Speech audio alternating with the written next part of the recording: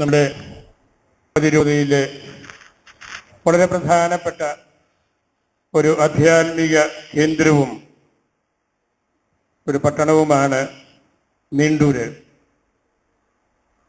കോട്ടയം അതിരൂപതയുടെ വിശ്വാസ പ്രഘോഷണത്തിൻ്റെ ഏറ്റവും വലിയ ഒരു അടയാളമായിട്ടാണ് നിറഞ്ഞ് കവിഞ്ഞ് മുറ്റത്തുകൂടെ വിശ്വാസികൾ നിൽക്കുന്ന ഈ ദേവാലയം, സജീവമായ ഈ കൂട്ടായ്മ എന്ന് ഞാൻ കരുതുകയാണ്. ഈ പ്രഭാതത്തിൽ ഈ പരിശുദ്ധ കുർബാനയിലേക്ക് നിങ്ങളെല്ലാവരെയും ക്ഷണിച്ച് ഒരുക്കിയ ബഹുമാനപ്പെട്ട വികാരിയച്ഛൻ്റെ അജപാലനപരമായ മിഴിവ് കൂടിയായിട്ടാണ് ഈ വലിയ കൂടിവരവനെ ഞാൻ കാണുന്നതും മനസ്സിലാക്കുന്നതും.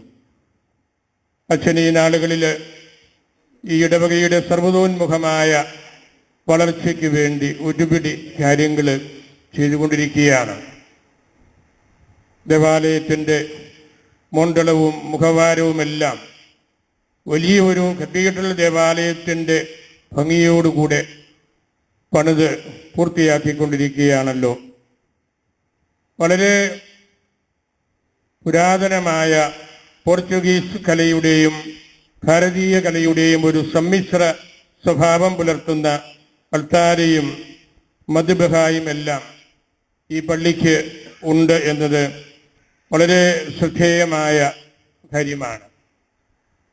നമുക്കെല്ലാവർക്കും ദൈവകൃപയുടെ വലിയൊരു അടയാളമായിട്ടാണ് ഈ ഇടവകക്കാരൻ കൂടിയായ ബഹുമാനപ്പെട്ട വയലിങ്കൽ കുര്യാച്ചനെ ആർച്ച് ബിഷപ്പ് നുൻഷിയോ ആയിട്ട് പരിശുദ്ധ പിതാവ് നിയമിച്ച് കൽപ്പിച്ചരുളിയത്. അദ്ദേഹത്തിനും അദ്ദേഹത്തിൻ്റെ മാതാപിതാക്കൾക്കും കുടുംബാംഗങ്ങൾക്കുമെല്ലാം പ്രത്യേകമായ ദൈവാനുഗ്രഹവും ഈ അവസരത്തിൽ ഞാൻ നേരുകയാണ്. ഇന്ന് ഈ ഇടവക സെയിൻറ്റ് മൈക്കിളിൻ്റെ മിഖായേൽ റേശു മാലാഖായുടെ ഓർമ്മയും മധ്യസ്ഥവും പ്രത്യേകമായിട്ട് യാചിക്കുന്ന അവസരമാണല്ലോ. മിഖായേൽ പാരമ്പര്യം ക്രൈസ്തവ ആധ്യാത്മികതയുടെ ഏറ്റവും പ്രധാനപ്പെട്ട ഒരു ഘടകമാണ്. നമ്മുടെ പ്രാർത്ഥനയിലൊക്കെ വിളിക്കുന്ന ഒരു കാര്യമാണല്ലോ. ദൈവദൂതന്മാരായ വിശുദ്ധ മിഖായേല്, വിശുദ്ധ ഗബ്രിയേല്, വിശുദ്ധ റഫായേല് കുട്ടിക്കാലത്ത് നമ്മളുടെ മാതാപിതാക്കളിൽ നിന്ന് അല്ലെങ്കിൽ മുതിർന്ന സഹോദരങ്ങളിൽ നിന്ന് നമ്മൾ പഠിച്ചെടുത്തിട്ടുള്ള ഒരു പ്രാർത്ഥനയാണ്, ഒരിക്കലും മറക്കാതെ നമ്മൾ മനസ്സിൽ കാത്തു സൂക്ഷിക്കുന്നത്. പിന്നീട് നമ്മൾ കേട്ടതായ ഒരു കാര്യം മിഖായേല് റേശു മാലാഖയാണ് എന്നുള്ളതാണല്ലോ. റേശ് എന്ന് പറഞ്ഞാൽ തലവൻ, തല എന്നൊക്കെയാണ്. ഒന്നാമൻ, പ്രഥമൻ, തലയുടെ സ്ഥാനത്ത് ഉള്ളവൻ. റേശു മാലാഖ മാലാഖമാരുടെ തലവനാണ്, ലീഡറാണ്, അവരിൽ ഒന്നാമനായിട്ട് നിൽക്കുന്നവനാണ്. അങ്ങനെ വേദപുസ്തകത്തിലും ക്രൈസ്തവ പാരമ്പര്യത്തിലുമെല്ലാം മിഖായേലിന് വലിയൊരു പ്രാധാന്യമുള്ളതായിട്ട് നമ്മൾ കാണുന്നുണ്ട്. ദാനിയേലിൻ്റെ പുസ്തകം 10-ാം അധ്യായത്തിൽ പ്രധാന ദൂതന്മാരിൽ ഒരാളായ മിഖായേൽ എൻ്റെ സഹായത്തിനെത്തി എന്ന് പ്രവാചകൻ അവിടെ രേഖപ്പെടുത്തിയിരിക്കുകയാണ്. 12-ാം അധ്യായത്തിലും 1-ാമത്തെ വാക്യം സ്വർഗീയ ദൂതന്മാരിൽ മുഖ്യനായ മിഖായേല്. ദാനിയേല് അദ്ദേഹത്തിൻ്റെ പ്രവചനത്തിൽ ആ സത്യം മുൻകൂട്ടി കാണുകയും മിഖായേല് റേശാണ്, തലവനാണ്, സാധാരണ മാലാഖ അല്ല എന്ന് എല്ലാം കണ്ടെത്തുകയും ചെയ്യുന്നു. വെളിപാട് ഗ്രന്ഥകാരനും നമ്മളോട് പറയുന്നുണ്ട്, സ്വർഗത്തിൽ ഒരു യുദ്ധമുണ്ടായി, മിഖായേലും അവൻ്റെ ദൂതന്മാരും സർപ്പത്തോട് പൊരുതി. വെളിപാട് പുസ്തകത്തിലെ ഈ തിരുവചനമാണ് നമ്മളുടെ മിഖായേൽ റീശു മാലാഖയുടെ പടങ്ങളില്, ഫോട്ടോകളില്, സ്റ്റാച്യൂവില് എല്ലാം സർപ്പത്തിന്റെ തലയെ തകർക്കുന്ന ഒരു വലിയ സ്വർഗീയ ശക്തിയായിട്ട് ഈ മിഖായേലിനെ ചിത്രീകരിക്കുന്നത്. നമ്മളുടെ ഇടവകയിലും ഈ തിരുനാളിനോടനുബന്ധിച്ച് പുറത്തും എല്ലാം വെച്ചിരിക്കുന്ന പടം അതുപോലെ തന്നെയാണ്. നിങ്ങൾ മുതിർന്നവര് ഒരുപക്ഷെ ചുരുക്കം ചിലരുടെയെങ്കിലും വീട്ടിൽ കാണും. മിഖായേലിനെ കുറിച്ചുള്ള മറ്റൊരു ചിന്ത, മിഖായേലിന്റെ കയ്യിൽ ഒരു തുലാസ് പിടിച്ചിരിക്കുകയും അത് തൂക്കി നോക്കുകയാണ്. നമ്മൾ എവിടെ നിൽക്കുന്നു? നമ്മളുടെ ആത്മീയത എവിടെയാണ്? മരിച്ചവരുടെ ആത്മാക്കള് സ്വർഗത്തിലാണോ നരകത്തിലാണോ? പലപ്പോഴും ആ തുലാസ് ബാലൻസ് കീപ്പ് ചെയ്യാണ്ട് ഒരു ഭാഗം താഴെ വന്ന് മുട്ടുന്നത് പോലെ നമ്മൾ കണ്ടിട്ടുണ്ട്. ആത്മീയതയുടെ കുറവ് പ്രത്യേകിച്ച് അളന്ന് തൂക്കി എടുത്തു കാണിക്കുന്ന ഒരു ആത്മീയ ചിന്തയാണ് അതിലൂടെ നമുക്ക് നൽകുന്നത്.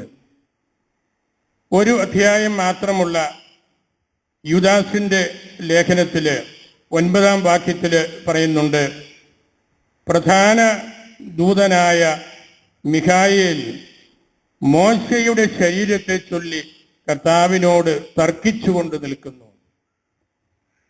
ഇന്നും ആ തർക്കം തീർന്നിട്ടുണ്ടെന്ന് ഞാൻ കരുതുന്നില്ല. മോശയെ എവിടെയാണ് അടക്കിയതെന്ന് ആർക്കും അറിയത്തില്ല. മോശയുടെ കല്ലറ എവിടെയാണെന്ന് ആർക്കും അറിയത്തില്ല. മോശയ്ക്ക് തിരിശേഷിപ്പില്ല. മോശയ്ക്ക് തിരുനാളുകളില്ല. ഓർമ്മ ദിനത്തിന്റെ ആചരണങ്ങളില്ല. ആരും ശ്രാദ്ധം ആഘോഷിക്കുന്നില്ല. കല്ലറ ഇതുവരെയും കണ്ടുപിടിച്ചിട്ടില്ല. അതുകൊണ്ടാണ് മിഖായേൽ തർക്കിച്ചത് കർത്താവിനോട്. പക്ഷേ മോശയെക്കുറിച്ചുള്ള ഒരു പാരമ്പര്യം കിടക്കുന്നത് പ്രത്യേകിച്ച് യഹൂദന്മാരുടെ ഇടയിൽ മോശയുടെ സംസ്കാരം ദൈവം തന്നെയാണ് നടത്തിയത്. ദൈവത്തിന്റെ നേതൃത്വത്തിലാണ് മോശയെ സംസ്കരിച്ചത്. അതുകൊണ്ട് പ്രത്യേകിച്ച് അവിടെ കല്ലറയുടെ പേരോ കാർമ്മികന്റെ പേരോ ഒന്നും ഒരിടത്തും എഴുതി വെക്കേണ്ടതായിട്ട് വന്നില്ല. മനുഷ്യനെ കൊണ്ട് അത് സാധിച്ചില്ല.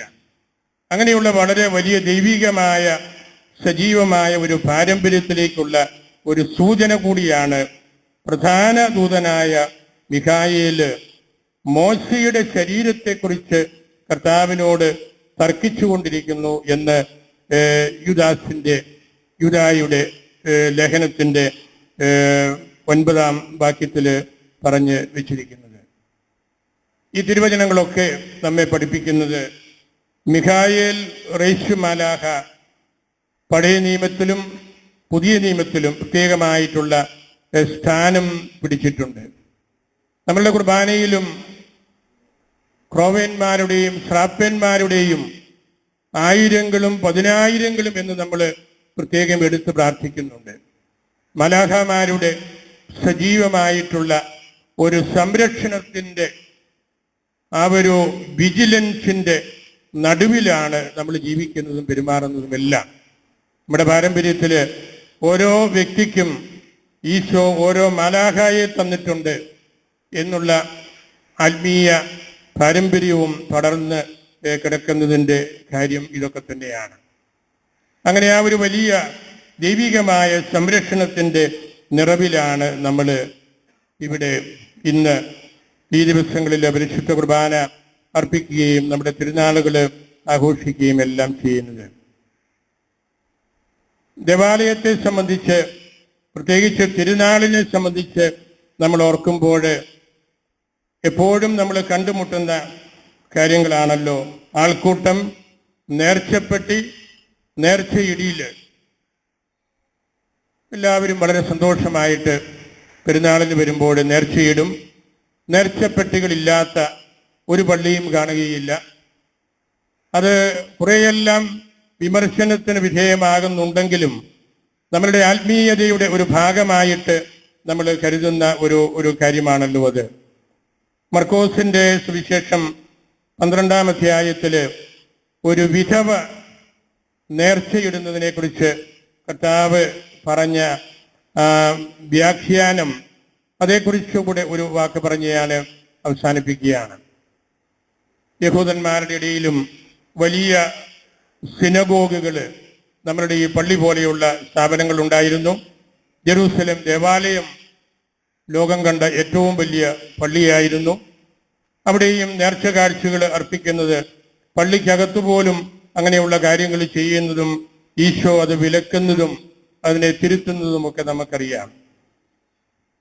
മർക്കോസ് സുവിശേഷകന് വളരെ കൗതുകകരമായ ഒരു സംഭവമാണ് വിവരിക്കുന്നത്. ഒരു തിരുനാൾ ദിവസം ഒരുപാട് ആളുകൾ, ധനവാന്മാര് വന്ന് നേർച്ചയിടുന്നത് കർത്താവ് ഭണ്ഡാരപ്പെട്ടിയുടെ മറുവശത്ത് ഇരുന്ന് നോക്കി കണ്ടുകൊണ്ടിരിക്കുകയാണ്. ഈശോ അതെല്ലാം നോക്കിയിരിക്കുകയാണ്. ഒത്തിരി പേര്, പണക്കാര് എല്ലാ സ്ഥലത്തുമുണ്ടല്ലോ, ഇവിടെയുമുണ്ട്. നല്ല സാമ്പത്തിക ഭദ്രതയുള്ള ഒരുപാട് വീട്ടുകാരുള്ള ഇടവകയാണ് ഇതെന്ന് ഞാൻ കേട്ടിട്ടുണ്ട്. അങ്ങനെയുള്ളവർ കൂടുതലായിട്ട് നേർച്ചയിടും. അത് പള്ളിക്ക് ഉപകാരമാണ്, പള്ളിയുടെ വളർച്ചയ്ക്ക് അത് ആവശ്യമാണ്. അങ്ങനെയുള്ള ഒരു പശ്ചാത്തലത്തിൽ ഈശോ ഇത് നോക്കിയിരിക്കുകയാണ്. ഒത്തിരി പേര് വന്ന് ഒരുപാട് നോട്ടുകെട്ടുകൾ ഇടുന്നു. അപ്പോൾ ഭർത്താവ് മരിച്ച വിധവയായ പ്രായം ചെന്ന ഒരു സ്ത്രീയെ 2 പൈസ, ലെപ്ത എന്നാണ് ആ നാണയത്തിന് മർക്കോസ് വിശേഷകൻ ഗ്രീക്ക് ഭാഷയിൽ പറഞ്ഞിരിക്കുന്നത്. നമ്മുടെ 2 പൈസ പോലെ പണ്ട് ഓരോ പൈസ തുടണ്ടായിരുന്നു. അങ്ങനെ 2 പൈസ, 2 ലെപ്താകള്. ഒരുപക്ഷെ ആരും ഇത് കാണരുത് എന്ന് പ്രാർത്ഥിച്ചുകൊണ്ടായിരിക്കുക അമ്മച്ചി അവിടെ നേർച്ചയിട്ടത്. 2 പൈസ ആരെങ്കിലും കണ്ടാൽ നാണക്കേടാണ്, അതിനൊരു മൂല്യമില്ല, അതാരും കാണരുത്. ഈ വികാരങ്ങളൊക്കെ മനസ്സിൽ ഉണ്ടായിരുന്നിരിക്കാം. ആ സ്ത്രീയെ 2 ലെപ്താകള് നേർച്ചപ്പെട്ടിയിലിട്ടു. അടുത്ത വരുന്ന തിരുവചനം, അപ്പോൾ ഈശോ ശിഷ്യന്മാരെ വിളിച്ചു. അപ്പോൾ ഈശോ ശിഷ്യന്മാരെ വിളിച്ചു. സഭയ്ക്ക് വേണ്ടിയുള്ള വാക്കാണ് വിളിക്കുക, വിളിച്ചു കൂട്ടപ്പെടുക. എക്ലേസിയ, എക്ലേയോ. അപ്പോൾ അവൻ ശിഷ്യന്മാരെ വിളിച്ചു എന്ന് പറഞ്ഞാൽ അപ്പോൾ അവൻ സഭയ്ക്ക് ജന്മം നൽകി എന്നാണ് അർത്ഥം. ഈ അമ്മച്ചി വന്ന് 2 പൈസകള്, ലെപ്താകള് നേർച്ചപ്പെട്ടിയിലിട്ടു.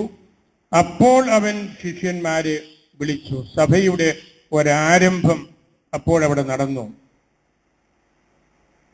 ഞാനതിനെ മനസ്സിലാക്കുന്നത്, ഈശോ ആ കർമ്മം അവിടെ അപ്പോൾ ചെയ്തില്ലെങ്കിൽ ശിഷ്യന്മാരത് കാണാൻ പോകുന്നില്ല. അവർ നോക്കി നിന്നത് വലിയ തൊട്ടുകളാണ്, വലിയ പേപ്പർ നോട്ടുകളാണ്. അതെല്ലാം അവരും കണ്ടു. വലിയ കെട്ടുകൾ നേർച്ചയായിട്ടിടുന്നത് ശിഷ്യന്മാരെല്ലാവരും കണ്ടു, ഈശോയും കണ്ടു. ഇത് ശിഷ്യന്മാര് കാണുകയില്ലെന്ന് കർത്താവിനറിയാമായിരുന്നു. ആരെങ്കിലും ഇന്നാണെങ്കിലും പ്രത്യേകം ശ്രദ്ധിക്കുമോ? 5 പൈസ കൊണ്ടൊന്ന് നേർച്ചിട്ട് പോയാൽ ആരും ശ്രദ്ധിക്കുക, നമ്മളാരും ശ്രദ്ധിക്കാന. ഈശോ നൽകുന്ന ഒരു പാഠം അതാണ്. അവൾക്ക് അവളുടെ ഉപജീവനത്തിന് വേണ്ടി കാത്തു സൂക്ഷിച്ചിരുന്ന എല്ലാ കാര്യങ്ങളുമാണ് ആ പെട്ടിയിൽ ഇട്ടത്. ഒരു വ്യക്തിയുടെ പൂർണ്ണമായ സമർപ്പണം നേർച്ചപ്പെട്ടിയിൽ വയ്ക്കുകയായിരുന്നു. അതാണ് സഭ. എനിക്കുള്ളതെല്ലാം കർത്താവിന് വേണ്ടി ഞാൻ സമർപ്പിക്കുമ്പോൾ അതിൻ്റെ മറ്റൊരു പേരാണ് തിരുസഭ. അത് കാണാതെ പോകരുത്. അതിൻ്റെ വലിപ്പമനുസരിച്ചല്ല, ഒരു വ്യക്തിയുടെ മനസ്സിൻ്റെ വിശുദ്ധി അനുസരിച്ചാണ് നമ്മൾ ക്രിസ്തീയ മൂല്യങ്ങൾ കരുപ്പിടിപ്പിക്കേണ്ടത് എന്ന് ഈശോ അവിടെ പഠിപ്പിക്കുകയാണ്. വലിയ വേദശാസ്ത്രികളൊക്കെ പറയാറുണ്ട്, ഈശോ ആ സംഭവത്തിൽ അവൻ്റെ അമ്മയെ ഓർത്തിരുന്നു എന്ന്. ഈശോയുടെ അമ്മയെ, മറിയത്തെ, മറിയവും വിധവയായിട്ട് അപ്പോൾ നിൽക്കുകയാണ്. യൗസേപ്പ് മരിച്ചു. വിധവയായ ഒരു സ്ത്രീ, ആ സ്ത്രീയിലെ കർത്താവ് തൻ്റെ അമ്മയെ കണ്ടു. തനിക്കുള്ളത് മുഴുവനും നേർച്ചപ്പെട്ടിയിൽ ഇട്ടപ്പോൾ കർത്താവ് അവിടെ മനസ്സിലാക്കിയത്, അമ്മ മകനെ കാൽവരിയിൽ കുരിശിൽ സമർപ്പിക്കുന്നതാണ്. അതാണല്ലോ സഭ. അപ്പോൾ അവൻ ശിഷ്യന്മാരെ വിളിച്ചു എന്നത് പ്രതീകാത്മകമായിട്ട് ഈ സംഭവത്തിൽ ഈശോ തൻ്റെ അമ്മയെയും അമ്മ നേർച്ചയായിട്ട് നേർച്ചപ്പെട്ടിയിൽ ഇട്ടത് സഭ ഇന്നും അവളുടെ ഹൃദയമാകുന്ന നേർച്ചപ്പെട്ടിയിൽ കാത്തു സൂക്ഷിക്കുന്ന ഈശോയെയാണ്. ഈശോയുടെ വാക്കുകളാണ്, ഈശോയുടെ പീഡാസഹനമാണ്, ഈശോയുടെ പുനരുദ്ധാനമാണ്. എല്ലാ തിരുനാളുകളുടെയും ആത്യന്തികമായിട്ടുള്ള അർത്ഥം അതാണല്ലോ. സെന്റ് അഗസ്റ്റിൻ പറഞ്ഞിട്ടുണ്ട്, ഈ സ്ത്രീ സഭ തന്നെയാണ്, പരിശുദ്ധ സഭയുടെ പ്രതീകമാണ്. എന്നും വരനായ ഈശോയോട് ചേർന്ന് നിൽക്കുവാനുള്ള പ്രാർത്ഥനയാണ് അവൾ നടത്തുന്നത്. സഭയും അപ്രയം പുണ്യവാളൻ പറയുന്നുണ്ട്, ഒരർത്ഥത്തിൽ സഭയും വിധവയാണ്. ശാരീരികമായിട്ട് വരന്റെ ഭർത്താവിൻ്റെ ഈശോയുടെ ഒരസാന്നിധ്യം ഉണ്ട്. ഒരർത്ഥത്തിൽ സഭയും വിധവയാണ്. അതുകൊണ്ടാണ് പൗലോസ്ലീഹ പറഞ്ഞിരിക്കുന്നത്, എപ്പോഴും നമ്മളുടെ പ്രാർത്ഥന, സഭയുടെ പ്രാർത്ഥന മാറാനാത്ത എന്നാണ്.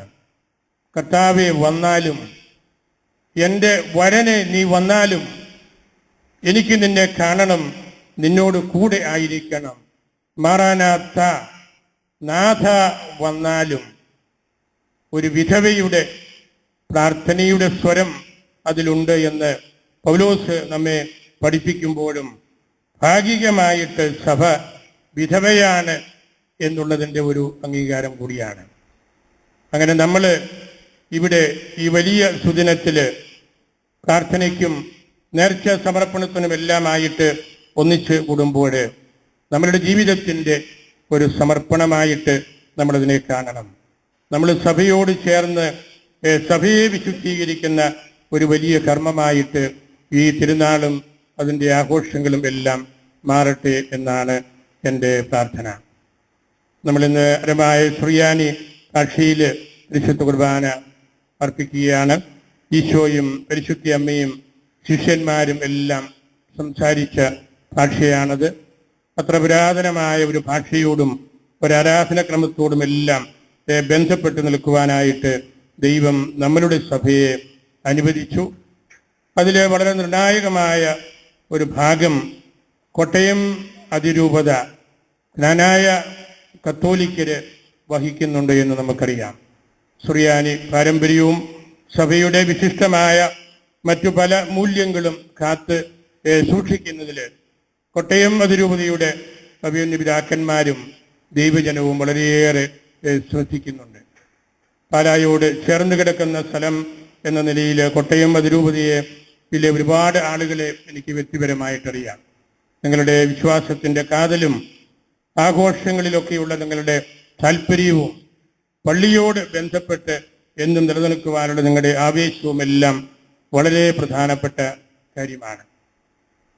ഇന്ന് ഇതുപോലെ ധാരാളം ആളുകൾ ഈ പരിശുദ്ധ കുർബാനയിൽ തിരുനാളിനോട് അനുബന്ധിച്ച് ദർശനക്കാരും ബന്ധപ്പെട്ട മറ്റെല്ലാവരും പങ്കെടുക്കുന്നതിൻ്റെ കാരണവും ഈ അതിരൂപതയോട് നിങ്ങൾക്കുള്ള ആത്മാർത്ഥമായ ബന്ധമാണ്. ആ ബന്ധത്തിൽ ഒരിക്കലും ഒരു കുറവും വരാനായിട്ട് നമ്മളാരും അച്ഛന്മാരും വൈദികരും കുട്ടികളും സമർപ്പിതരും ആരും ഇടവരുത്തരുത്. വലിയൊരു പാരമ്പര്യം കാത്ത് സംരക്ഷിക്കുന്ന അതിരൂപതയാണ്. ഞാൻ പ്രിയപ്പെട്ട മൂലക്കാട്ട് മെത്രാപ്പൊലീത്തായെയും ഓക്സിലറി ബിഷപ്പിനെയും പ്രത്യേകമായിട്ട് ഈ അവസരത്തിൽ ഓർക്കുന്നു. അതുപോലെ തന്നെ അഭിമന്യനായ പുന്നശ്ശേരി കുര്യാക്കോസ് പിതാവിനെയും. അവരെല്ലാം നിങ്ങൾക്ക് നൽകുന്ന നേതൃത്വം, വിശിഷ്യ ഇപ്പോൾ നമ്മളുടെ അതിരൂപത അധ്യക്ഷൻ മാർ മൂലക്കാട്ട് നമ്മളുടെ അതിരൂപതയുടെ എല്ലാ കാര്യങ്ങളും കാത്ത് നോക്കി അതിന് ബലവും ശക്തിയും പകരുന്ന പണ്ഡിതനായ നിയമജ്ഞനായ ആർച്ച് ബിഷപ്പാണ്. അദ്ദേഹത്തെ പരിശുദ്ധ കുർബാനയിൽ നമ്മൾ പലതവണ ഓർത്ത് പ്രാർത്ഥിക്കുന്നുണ്ട്. അതുപോലെ ഈ ഇടവകയ്ക്ക് ഞാൻ ആദ്യം സൂചിപ്പിച്ചതുപോലെ വളരെ ശക്തമായ നല്ല ഡിസിപ്ലിനോട് കൂടിയ അജപാലനപരമായ നേതൃത്വം നൽകുന്ന പ്രിയപ്പെട്ട വിയാരീസിനെ ഒരിക്കൽ കൂടെ നന്ദിയോടെ ഞാൻ ഓർക്കുന്നു. നിങ്ങൾക്കെല്ലാവർക്കും ദൈവകൃപ യാചിക്കുന്നു. എല്ലാവരെയും മിഖായേൽ റേഷ്മാലായിക്കും വിശുദ്ധ അൽഫോൻസാമയ്ക്കും സമർപ്പിച്ച് എൻ്റെ വാക്കുകൾ ഉപസംഹരിക്കുന്നു.